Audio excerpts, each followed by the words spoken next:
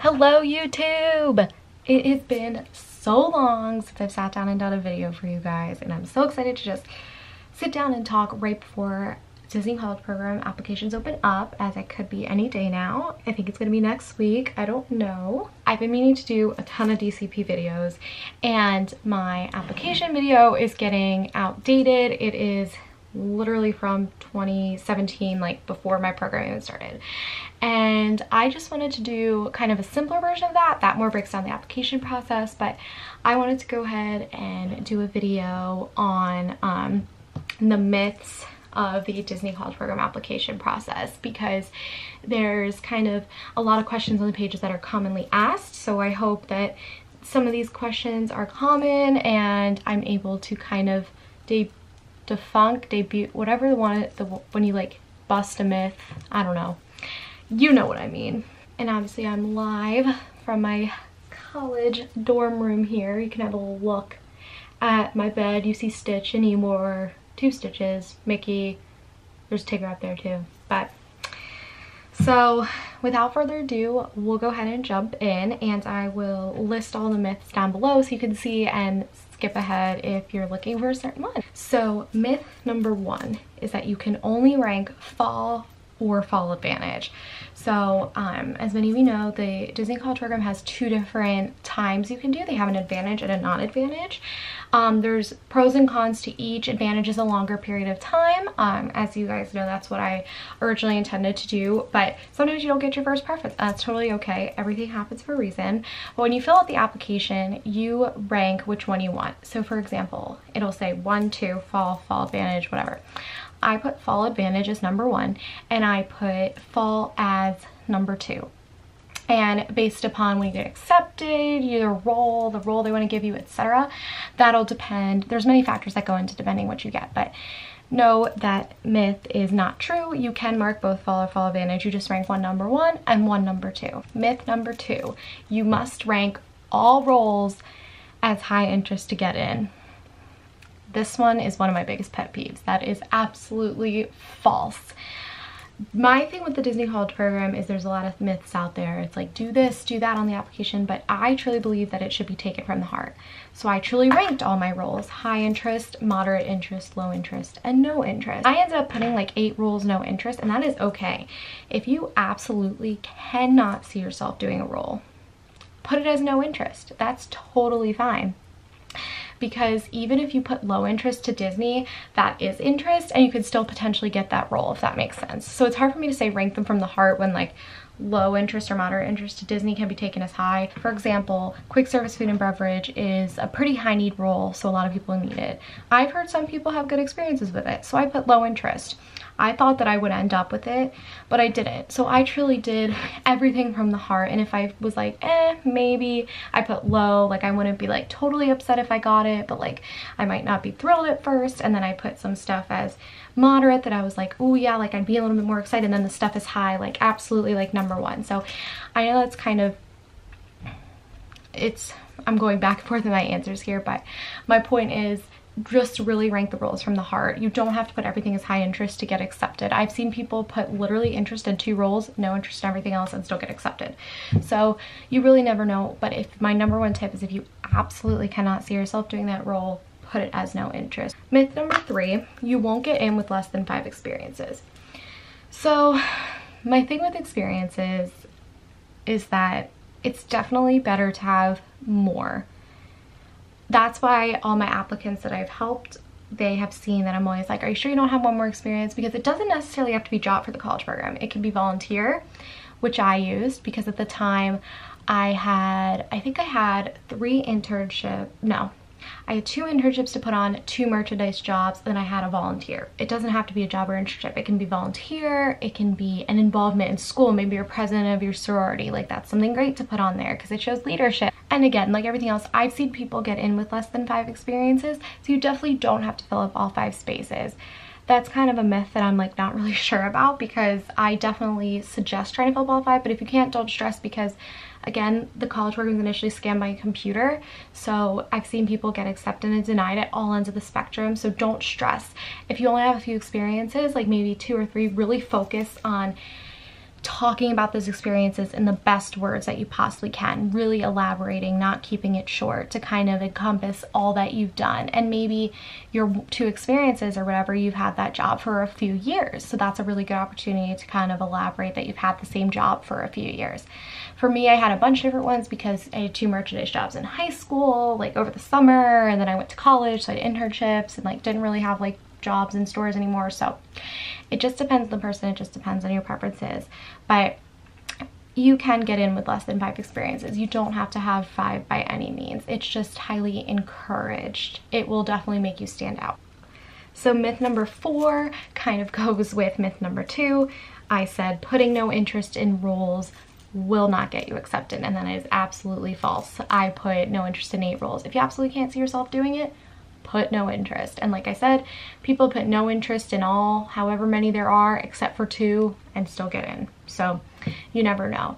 Just speak from the heart, because the recruiter Disney wants someone who's going to enjoy the role rather than not. So if you really can't see yourself doing custodial, don't put any interest in it, because then if you end up with it, you're not going to be happy. And that's not the type of experience you want to put yourself in by any means. Number 5 is one of my absolute favorite myths. You must never put neutral in the web-based interview. That is false, because the keyword that I put was never put neutral. It is okay to put neutral, guys.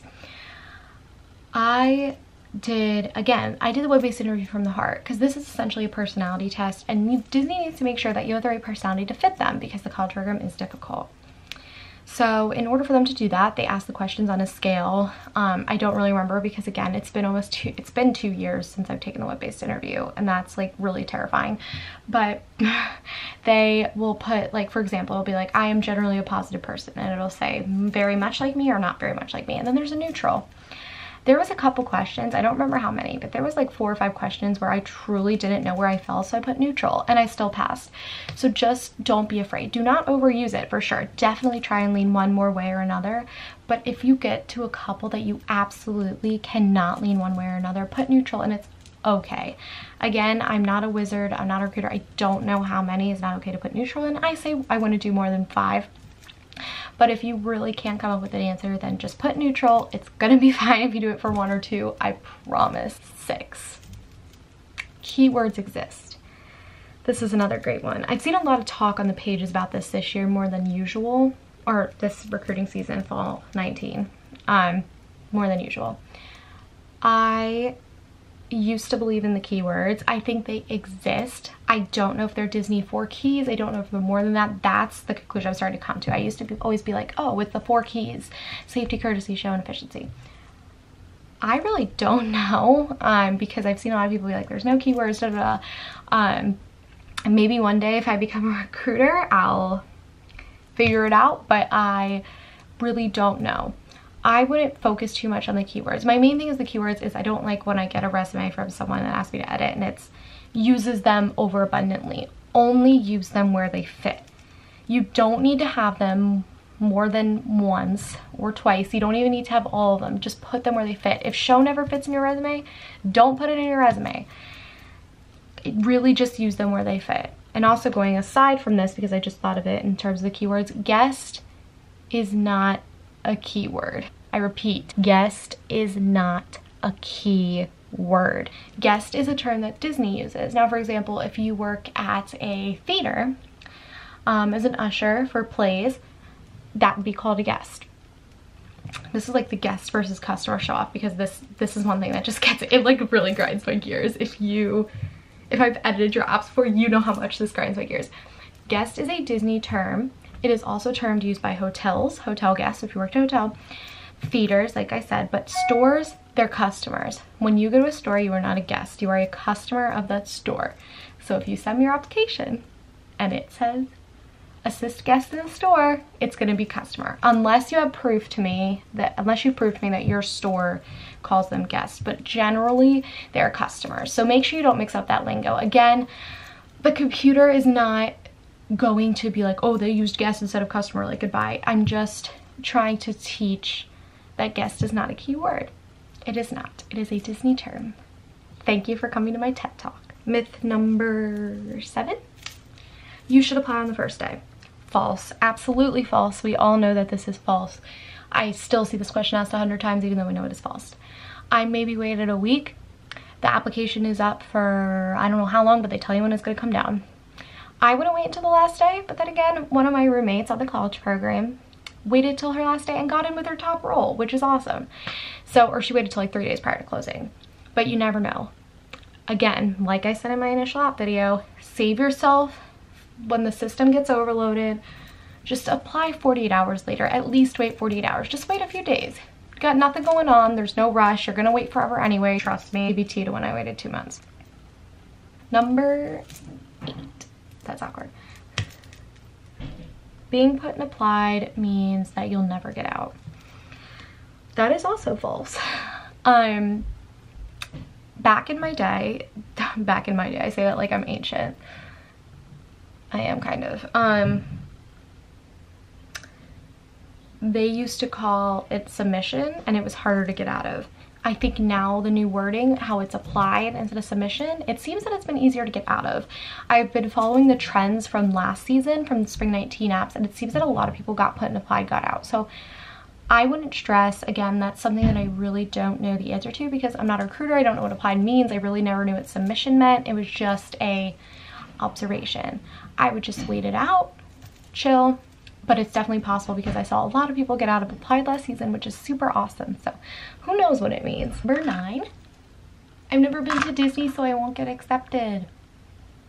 Absolutely false. My sweet friend got accepted, and Lindsay Byram, and she's either been like once when she was a kid or never been, but she's like, she lives near Disneyland, so she's only been there. And she got accepted, but point is, you don't have to go to Disney to get accepted. They want to hear about you and your experiences and why you want to work for the company, how working for the company would be beneficial to your future career aspirations and goals. They don't care if you've been to Disney. They like that you've been to Disney because it's, you know, I mean, obviously it's helpful because you know, but it's really okay if you haven't been. It's totally still possible to get accepted. They don't count that against you at all. And even if they ask you in the phone interview, like they asked me, have you ever been to Disney before? And obviously I've been like 15,000 times, which is kind of sad. I need to get a life, but but it's okay. It's okay to say no. Then you can talk about how excited you are to experience this, and maybe you've grown up watching Disney movies but can never make it to Disney, so it's totally okay. You can get in the college program without going. Number 10 is also one of my absolute favorite myths, which will start circling very soon on the pages. A phone interview should be a certain length. Absolutely false. People get accepted on all ends of the spectrum. I've seen people have phone interviews as short as 15 minutes and get accepted. I've seen people have phone interviews as long as 30 minutes and get denied, long as 30, and vice versa. You get my point. It doesn't matter how long your phone interview was. Maybe your recruiter has all the information they need. Maybe you're just such a bright personality and you shine in 15 minutes. Maybe you need 30. It doesn't mean anything. So don't stress over the time of your phone interview. It is totally okay. People get accepted at all ends of the spectrum. Mine was a nice sweet spot in the middle, and that's totally fine if it's in the middle too.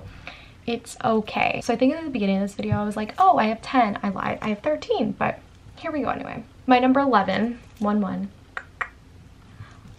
Volunteer college involvement should not go on experiences. As I said before, it doesn't have to be a job. College involvement is great. Volunteer work is great. Just fill those 5 spaces up if you can. If not, like I said, it's gonna be okay. Number 12. You have to have a resume. Actually, I just realized on the camera, this way to me is like 1, 2, but like to you guys, is it gonna be like this? I think this is how I see myself, but it's like a mirror where it's like, oh, sometimes I like wonder why I'm getting a college degree and I'm sitting here, I'm currently procrastinating the beginning of my semester. So like, good things, but it's okay because I'm like working on my own resumes and cover letters for professional internships. Scary, so it's like fine. But anyway, number 12, however you want to do it, you have to have a resume or cover letter. False. The college program, it is not required to have a cover letter. I didn't have one. I had a resume, but that's because I already had a resume. If you don't have a resume, don't stress about making one. It's okay. Just a general like life tip. I suggest making a resume early in your college career, or like at least by your junior year, just to kind of start organizing your experiences because you're going to want it when you apply to other internships and jobs. But for the college program, it's definitely not required. I know people who didn't submit one and get accepted. If you have one, great, submit it. If you don't stress. You don't have to make one for it. So don't worry. My resume said exactly what was on my application. And last but not least, number 13, the acceptance process is fast. We all know I waited 2 months. February 1st was my phone interview of 2017. March 30th was my acceptance of 2017. Lately, from my observations in the past 2 seasons, I have seen acceptances go out a lot faster, and I very much hope that this is happening for the sake of everybody, for the sake of you all, because it was horrible. But my point is, do not expect it to be fast at all, but it's worth the wait because I waited 2 months and I got my top role. So do not expect it to be fast, expect it to be slow, but hopefully it's getting faster like I've observed. But again, I don't know. This is just my observations. That's all I have for you guys today. Thank you so much for watching, keeping in touch. Please remember to like, comment, subscribe, all that stuff. Follow me on Instagram. Stay tuned for Disneyland this weekend. Plenty more Disney adventures in March to come. My status on what the heck I'm doing post-grad. And unfortunately, I am not taking any more applications this season. Of course, comment down below any general questions, but unfortunately I just really don't have the time to edit applications because second semester senior year is kind of already stuffed. I'm finishing an internship up, I'm working on undergrad research, starting my senior research symposium, trying to get myself to jobs, interviewing for jobs, doing job applications. But I can answer some general questions in the comments. But good luck to everyone. You're gonna do great. Go kick butt, go make magic, and I will talk to you guys super soon when I get to Disneyland, which when I'm filming this video, I will be leaving in 4 days, but this is gonna go up tomorrow, so that'll be like 2 days. No, I'm leaving in 3 days. 3 days. Ah! But when this goes up, it'll be 2 days. All right, talk to you guys soon. Have a magical rest of your day.